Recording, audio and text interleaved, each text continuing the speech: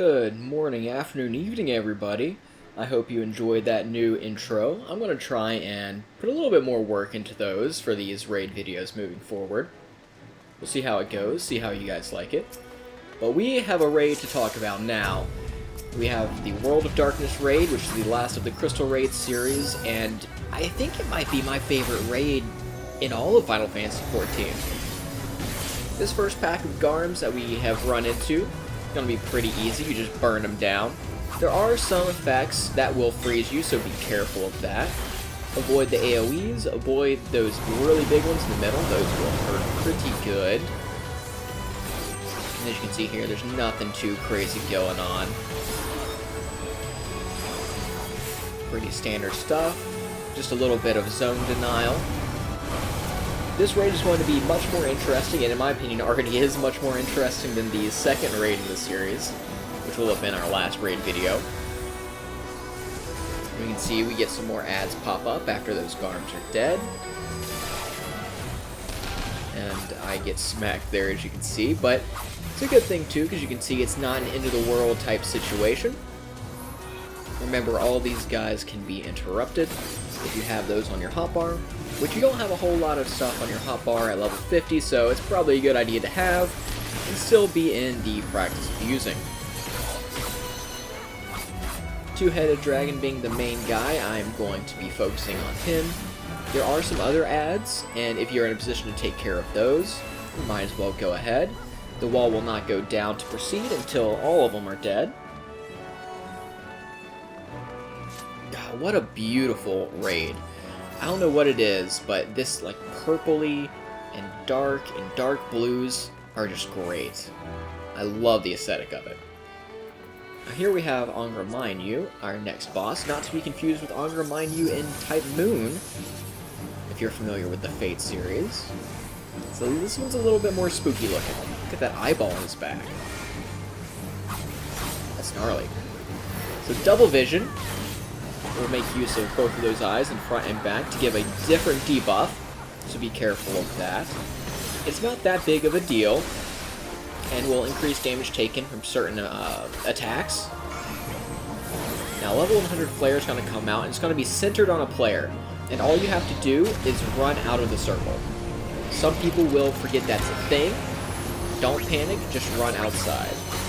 Now this hourglass phase is interesting. I really wish there was more of this. Maybe there is in Savage content or Ultimate content. But how this works is there will be a quarter of the arena that the highlighted area stops on, and you can manipulate where it stops at, because the last hourglass to go down is where it will stop on. You can see there was just a gaze mechanic. There's a couple of these through these fights here. So keep an eye out for that eyeball indicator to pop up and to face away when appropriate. A couple of ads pop up. They're not too big of a deal, just more of a little bit of a nuisance. You can see I'm getting on the other side now, just so I don't have stacking of the same debuff. In general in Final Fantasy, as we dodge a level 150 death, which is very much advised not to be in that circle. In general, if there's a split room or split debuff, managing those and having them roughly equal, switching back and forth between whatever gives you those debuffs, is a good idea. Much later on, we may touch on it, we may not, I'm not sure yet. But up in Stormblood, there's a boss that has this split room mechanic as well as some extreme trials in the same expansion. Overall, we just want to keep moving, keep grooving. Now if you'll notice, he does do this long column AoE towards the tank, so be careful, don't be hanging out too close to the tank or you might get clipped by that. As we take that guy down, and we move on to the next bit. These cool light bridges coming up so we can proceed. God, this whole raid is just so pretty. I really enjoy it. I don't do it a whole lot these days, although I'm doing it more Crystal Tower in general, just because I'm leveling some other classes. And I just can't help but smile when it comes up in the rotation. Or if I'm doing the Alliance roulettes. Now, Queen Skilla, this is kind of an interesting boss. Not terribly hard either, but it has sort of a two-phase thing going on. And we've got some resources, so we're just going to burn this first phase bit down. Nothing too much here. Ancient Flare will go off. Just be prepared to stun out. Keep your dots up if you have those on your class. And then these Forbidden Gates will pop up. They will spawn adds. So in general, take care of those pretty quickly. This first phase isn't too much of a deal. You can see they cast Void Call. And then we'll get a Zonde's Clone instead after Skilla is down. And more of these Forbidden Gates. And I think we're going to see them spawn some stuff here in a little bit. I don't think we get them all down.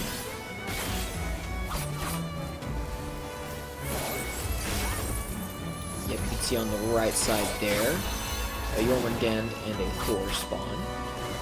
It just adds a little bit of extra chaos, so I was playing pretty selfish. I didn't go over to those, but it's not too big of a deal. I knew that a bunch of other people were taking care of at least one sides in its entirety of those gates, so I just focused on Zonde's Clone.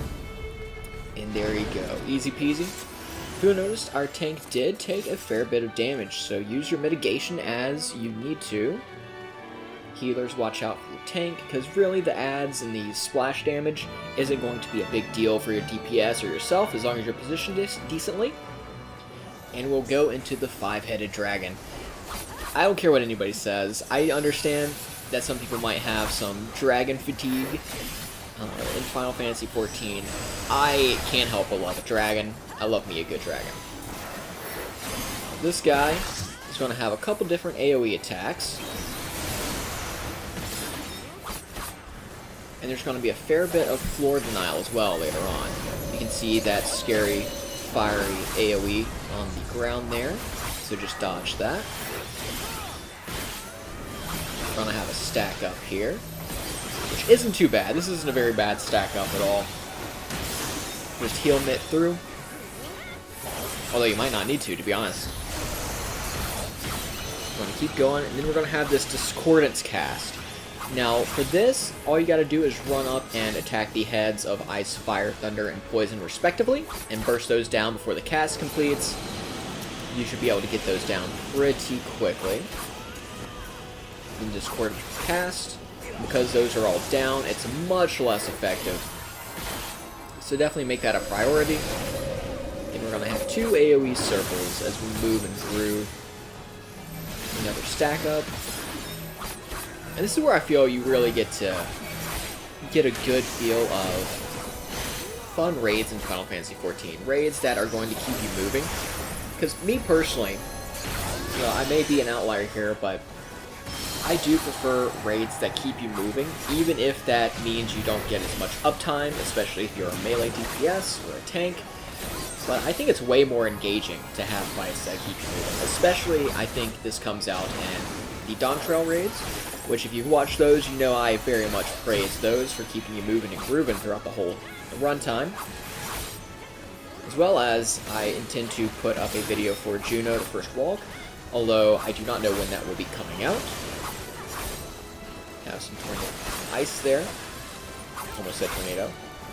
Now be careful, when those ice AoEs drop, they will, for a couple ticks, move out, and if you get hit by that, you will take damage and be rooted in place, which is not so good. So if you see those, and if it's centered on you, make sure to move that away from the boss, just so you don't have a whole bunch of people stuck when those White Breath AoEs come out, and other attacks as well.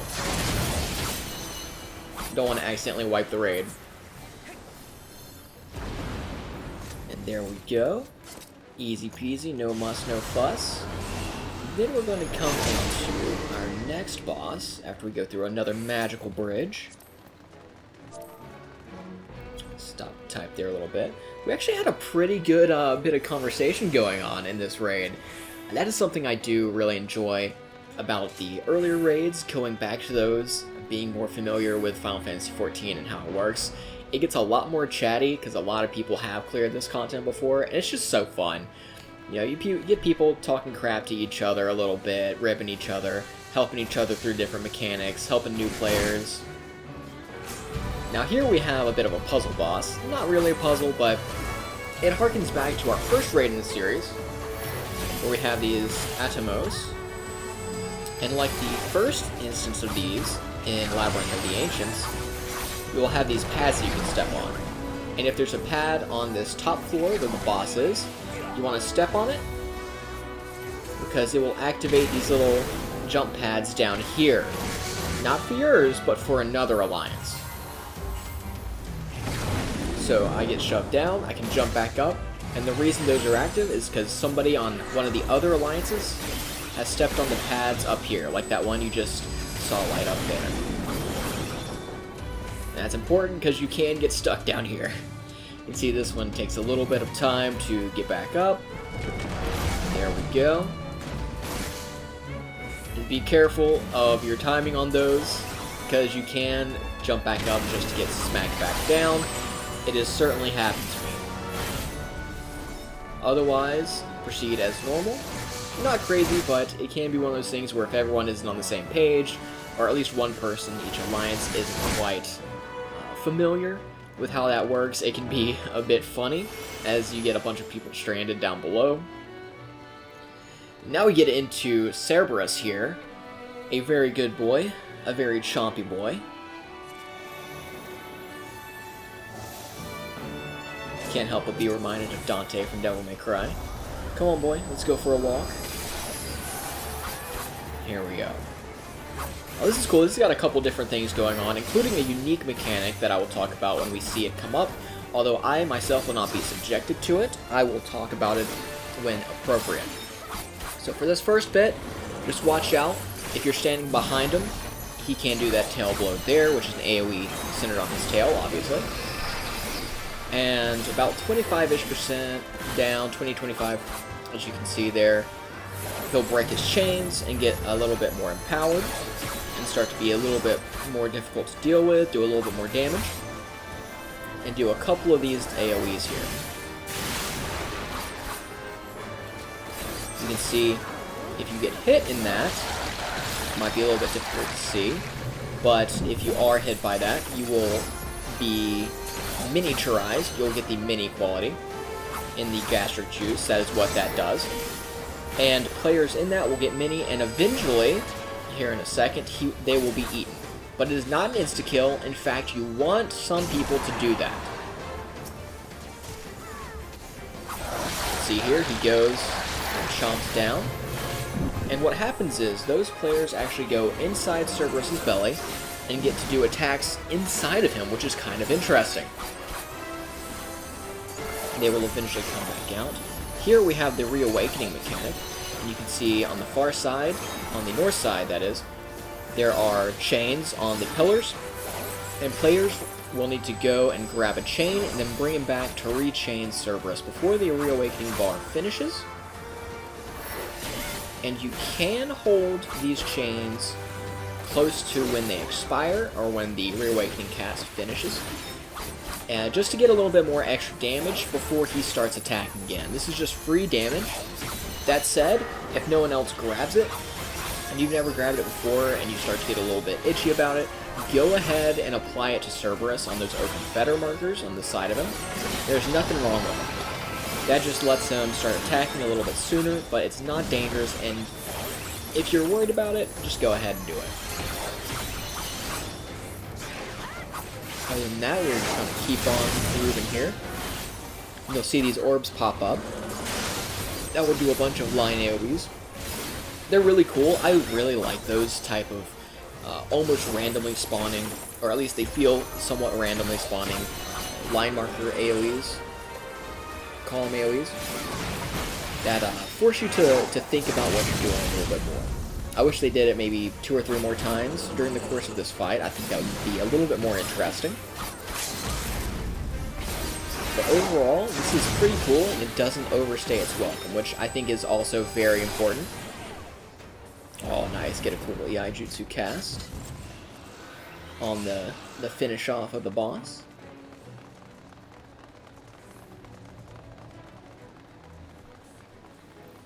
Here we go. Pop up here. A little bit of teleport action. And this is my girl, the Cloud of Darkness. If you have paid attention in the past, you will recognize that I have the Puff of Darkness minion, which can drop off of this fight. And it is my favorite minion. It is very, very rare for me to be seen without it. And if you run across me in the wild on the server, then you will almost certainly see my Puff of Darkness being a bit mischievous around me. Now this very big lady is going to throw out some AoEs here and there. You can see that one guy had that pulsing circle around him. That will cause AoEs to follow that person. So if you get hit with that, and you see that pulsing yellow-orange circle underneath your feet, run away from people and don't run through people. That's very important. Otherwise, just keep going through your rotation. Playing Samurai again. Now, these towers will light up across the map, and all you need to do is get at least one person to stand in them. They do a little bit of damage, but it's not crazy, so as long as you have at least one person in them, that will be fine. And here you'll see the clouds of darkness, or dark clouds rather, spawning across the map, and they will begin to move to the cloud of darkness, and you need to prevent them from getting there. Now, they can be, a little bit later on, some of the big ones a bit tanky, but if you stand in the path of the cloud of darkness and it touches you, it will slow down significantly and give you plenty of time to deal with those as they come in. And that will, of course, have a little bit of tower overlap, as you can see there. I'm playing a bit selfish. I can see people are taking care of those. That Dark Storm, that's the bigger cloud I was talking about. There we go. Just gonna dodge that and get back to my rotation. And I think this helps balance off the selfish and the teamwork aspects. I do very much believe that if you see something that's going on and you don't see anybody else doing it, go ahead and do it yourself. Don't worry about your uptime or the damage on the boss. Go ahead and take care of it. Get into that mindset of helping people out and being a team player and not just selfishly DPSing. Now, when the Cloud of Darkness disappears like this, you'll have these towers with some dark clouds in them. Go ahead and smack those, and that shouldn't be any problem. They will get walled off after a little bit, and when Cloud of Darkness appears again, I got blasted in the face here, but as you can see, very much recoverable. Anytime she disappears and reappears like that, she will do a gigantic column damage, that big laser beam, and with that, that is about it. Now, give your GGs, give your commendations. I hope you've been along for the ride. I hope you get the minion drop, and I hope you enjoyed it. Until next time, my friends, and I hope to see you very soon. Peace.